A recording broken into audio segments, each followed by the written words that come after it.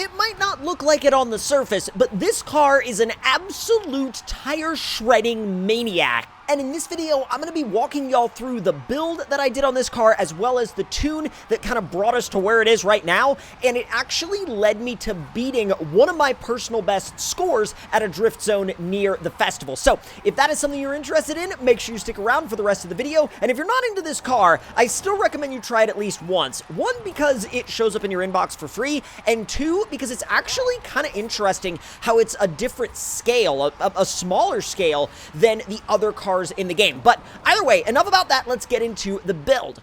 Now, when I very first drove this car, I was impressed that it did actually want to slide pretty easily, although I couldn't keep the drifts going for very long. And because it's electric and you only have one forward gear, you don't have any clutch to clutch kick with, my options as far as techniques that I could use to keep it in a drift were pretty dang limited. In fact, the only way you can really drift some of these electric vehicles in Forza is to manage your weight balance using the brakes and managing throttle. And I mean, you can use the e-brake, but it's definitely not quite as effective as using it in a gas-powered vehicle because there's no clutch to push in while you actually pull the handbrake. You can still pull the handbrake, but it kind of upsets your rhythm a little bit because, like I said before, there's no way to really disengage the drive from the wheels, so the second you pull the handbrake, it just instantly dumps the RPM down to 0, but there's a little bit of a benefit to these electric vehicles in that way because the second you hit the throttle again, you're right back to peak torque.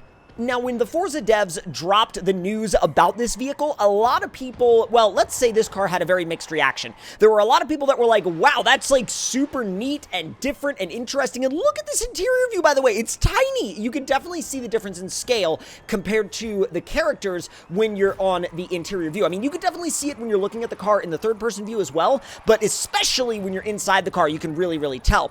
But back to the reception of this car, especially if you looked at some of the Forza like social media pages when this car came out, there were a lot of people that were like, wow, that's super neat and cool and different. I really want to try it out. And there were also people that were like, oh my God, Forza has lost its way. What is this? And I'm like, here's the thing. If you go back to a game like, for example, Burnout Paradise, they did updates with toy cars, remote control cars, wacky stuff. And I don't really remember people then being like, this game has lost its way.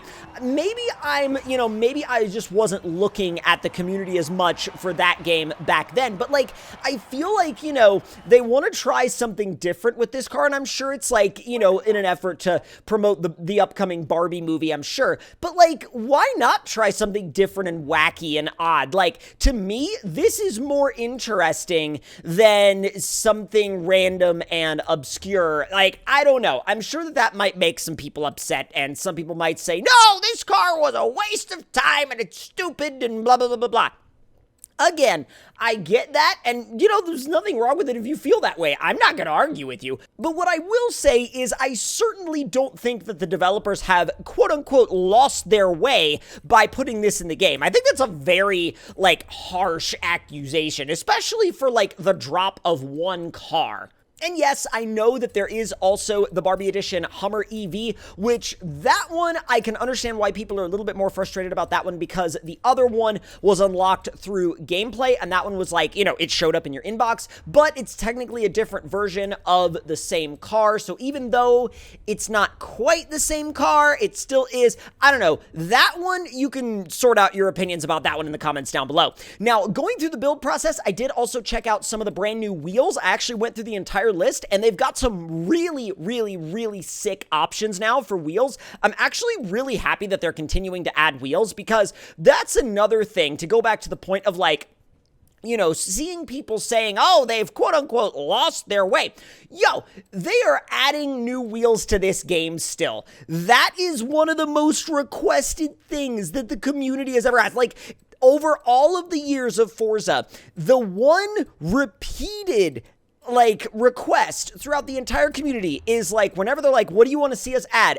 Well, not everybody always says this, but a large portion of the community is always like, more wheels, more wheels, more wheels, more wheels, and more wheels. And I understand why, because wheels in terms of building a car are one of the most like expressive parts of building the car. Like one set of wheels can change the entire look of a car, and I think that no matter how many wheels you add, there are always going to be more wheel styles out there that people are going to want. And so, hey, they're continuing to add more and more and more and more wheels to this game. And I couldn't be happier, like, for them doing that. Like, I am so happy to see them continuing to add wheels to this game and continuing to support the game. I mean, if you go back to the early Horizon games, the wheel selection was a whole heck of a lot more sparse than it is now. I mean, and obviously that makes sense because as the game goes on, you know, they're going to be able to add more content and more features. But, you know, in some games, especially some games with customization, sometimes they remove features like wheels. And I'm genuinely glad that Forza has not done that. They've, in fact, continued to add more and more and more wheels.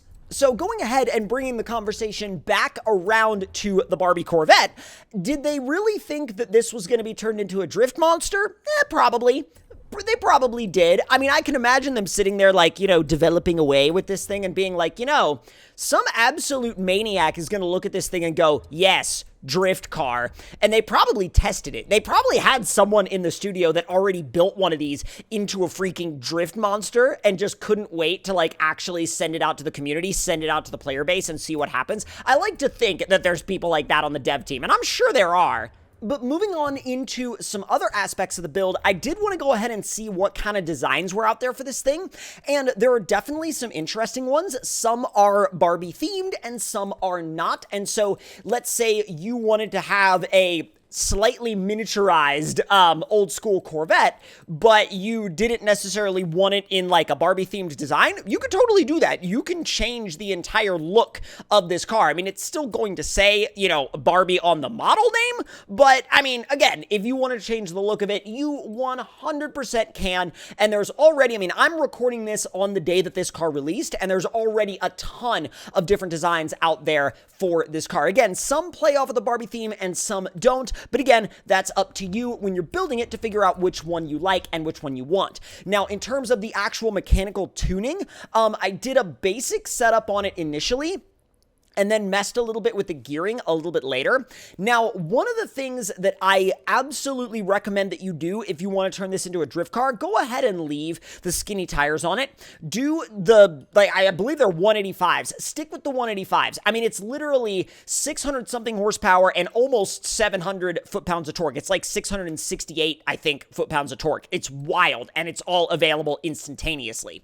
Now, as I was going through the tune, the big thing that I wasn't sure of was how I was going to tune the diff and how I was going to tune the actual final drive ratio. And what I found that was happening was I was running out of usable torque at the high end. So like when I was getting near like, you know, 75-ish miles an hour, it was starting to run out of usable gear. So a little bit later on, you'll see me change that and bring it back down a little bit. And in the future, I may play with it a little bit more, but the setup that I've got on the car right now rotates really, really well, and actually rotates really, really well even without using the handbrake. That's one of the biggest things that I wanted to dial in with this build, is that I didn't want it to be super reliant on the handbrake. And so you'll see me use the handbrake a little bit throughout this drive, but to be honest, I use it very, very little. And I use it very, very little because it's not really necessary.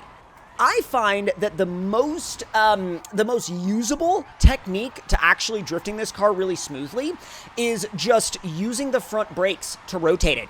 Just loading up the front brakes with the weight of the car and then just letting that bring the back end around really easily. And that's partially why I added in a little bit of lock in terms of deceleration with the diff, because if you add that, you can just let this thing rotate very easily under deceleration, and then when you get right back to the power, it's already locked locked and it's ready to go again. And I might even add in a little bit more lock under decel. Now, as you can see in this drift zone, it's super smooth, and the size of the vehicle actually gives you more scoring room to play with. I mean, I hadn't really even practiced at all and scored 40K right out of the gate on that drift zone. So you gotta think about it from the standpoint of, yeah, this thing might not look like it's got a ton of potential, but it really, really, really does. And it's just one of those cars where it's a blast to use. It really is. It's like, if you want to just be silly and have a good time and yet still put down really, really good scores, really, really good combos, obliterate some drift zones,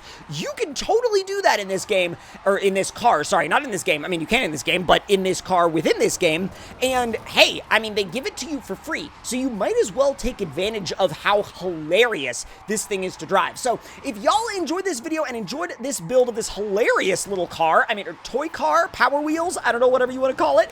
Let me know your thoughts and opinions in the comments below. Hit that like button if you enjoyed, subscribe if you're new, and I will see y'all next time.